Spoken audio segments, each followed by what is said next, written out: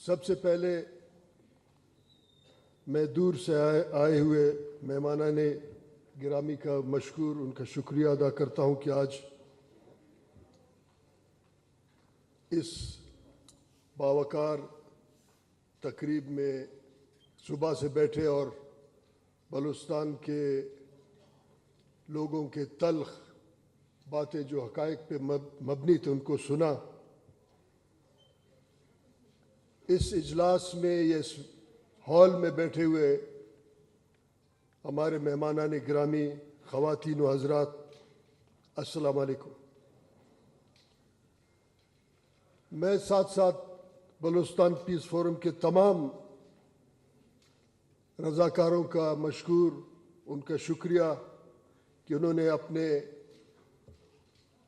آج کے اس پروگرام کو کامیاب بنانے میں صبح سے بلکہ پچھلے 15 دن سے کام کر کے اس کو کامیاب بنانے میں اپنا کردار ادا کیا۔ ساتھ ساتھ وہ مہمانان گرامی جنہوں نے اپنا نقطۂ نظر بیان کرنا تھا، انہوں نے رضاکارانہ طور پہ اپنے نام کٹوا دیے اور یہ سمجھا کہ جو مہمان باہر سے آئے ہیں یا دور سے آئے ہیں ان کا حق بنتا ہے، ان کا بھی میں اپنے اس ادارے اور دوستوں ساتھیوں کی طرف سے شکریہ ادا کرتا ہوں۔ میں پریس کا مشکور ہوں، بہت بڑے تعداد میں آئے۔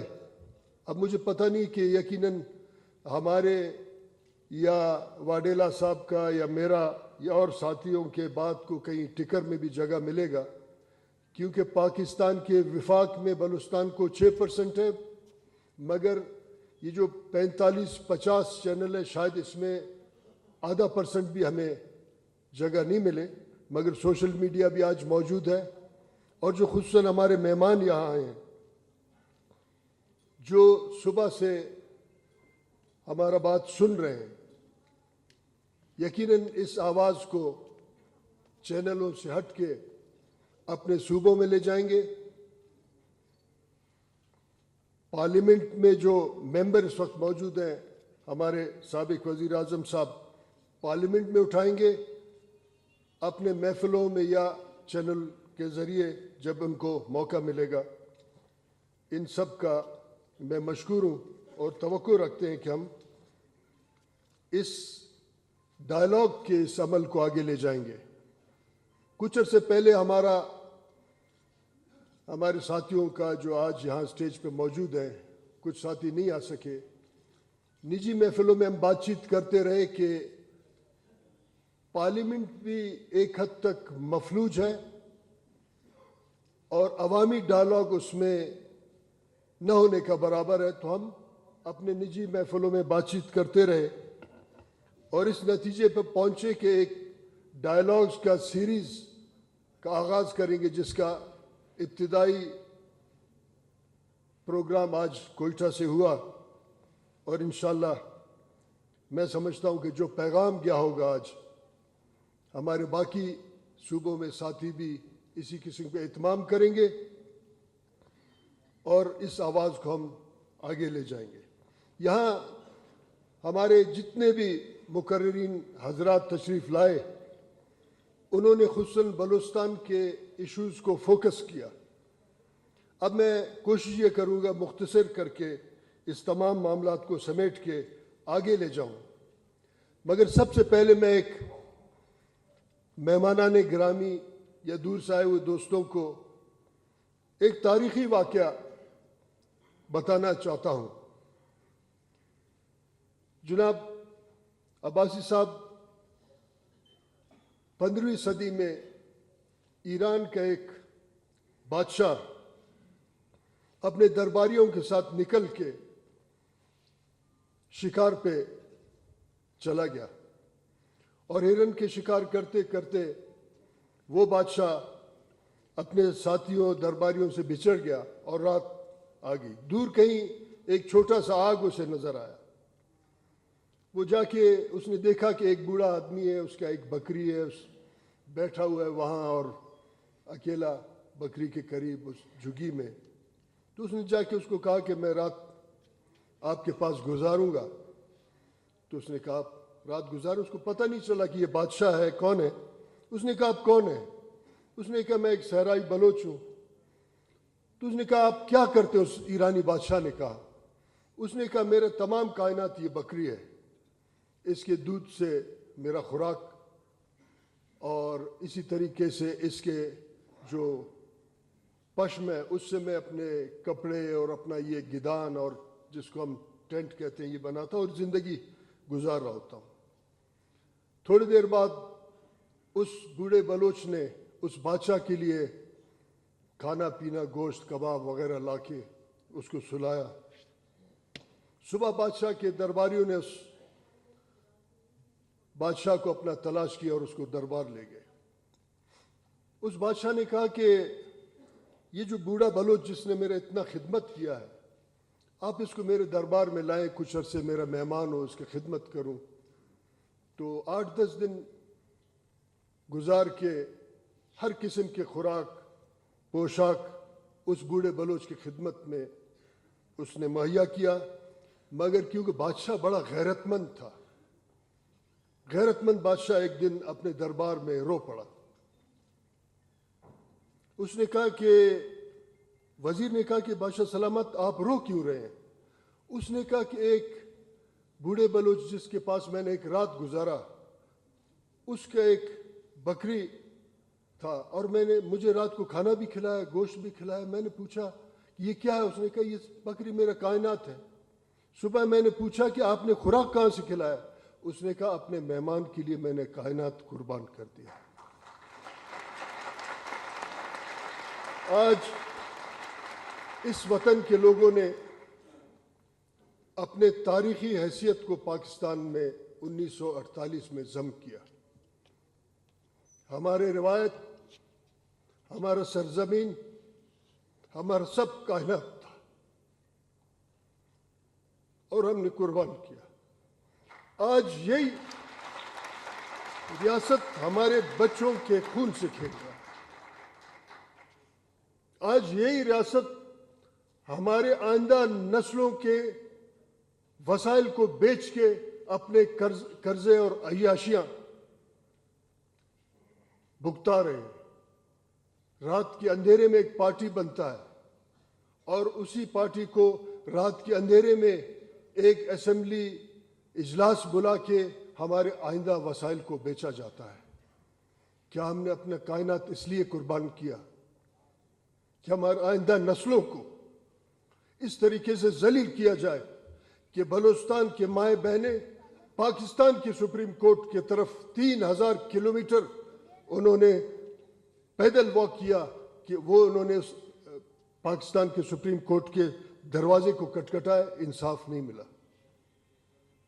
آج اگر ورلڈ ہیلتھ آرگنائزیشن کے آپ اس رپورٹ کو پڑھیں, وہ کہتا ہے کہ بلوچستان کے لوگ 80% لوگ خطے غربت سے نیچے زندگی گزارتے ہیں.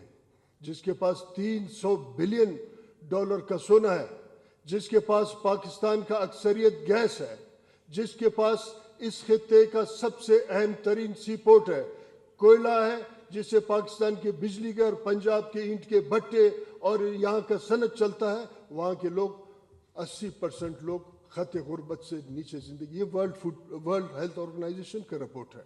اس کا کیا مطلب ہے کہ ہم اتنے نااہل ہوئے جنہوں نے ہزاروں سال سے اپنے ایک زندگی گزارا, ہمارے رسم, ہمارے رواج, ریاست کلات کے ایوان بالا, ایوان زیری, ریجنسی کونسل, ہمارے پاس تمام نظام تھا, مگر آج اس لیے ہم ذلیل ہو رہے ہیں, ہمارے بچے لوگ قتل ہو رہے ہیں. یہاں اس دیوار کے پیچھے, ابھی آپ اگر جانا چاہیں, اس دیوار کے پیچھے گوادر کے 15-16 لوگ, بوڑھے لوگ, آپ ان کو دیکھیں گے آپ حیران ہوں گے.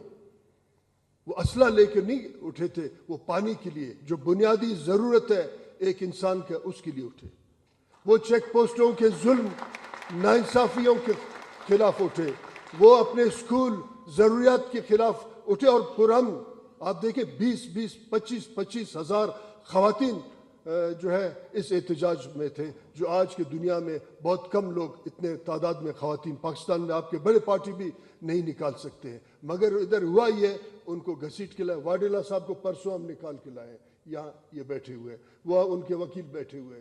اگر یہ دہشت گرد ہیں، اگر یہ اس ملک کو توڑ رہے، تو میں آپ سے یہ سوال کرتا ہوں، میڈیا کے توسط سے پورے پاکستان سے سوال کرتا ہوں، اس پاکستان کے معیشت کو کئی 100 ارب ڈالر کا کس نے قرض دار بنایا؟ ہم ایسے ایک ریاست میں رہتے ہیں کہ جس نے فرضی دشمن ایجاد کیے، ابھی تک فرضی دشمن ایجاد ہے۔ کراچی میں فرضی دشمن ایجاد کیے، کراچی کے پرامن شہر کو 30,000 لاشوں کا ایک تحفہ دیا۔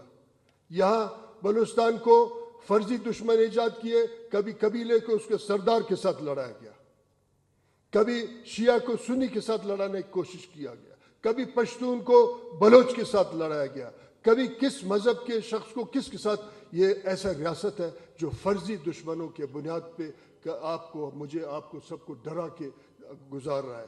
پنجاب کے لوگوں کو ہندوستان سے ڈرایا گیا، پشتونخوا کے لوگوں کو، خیبر پشتونخوا کے لوگوں کو طالبان سے ڈرایا گیا۔ یہ کیسا ریاست ہے؟ ہم کس طریقے سے اس تمام معاملات کو ہم چلا رہے ہیں؟ اگر ایک نئے تصور کے ساتھ ہم اٹھیں، یقیناً ان تمام معاملات کو دیکھ کے، اور ہم ان قوتوں کو ایک باضابطہ، باقاعدہ ایک میسج دیں کہ آپ آئندہ پولیٹیکل اور انتظامی معاملات میں آپ دخل نہ دیں۔ یہاں ہوتا کیا ہے اس ملک میں؟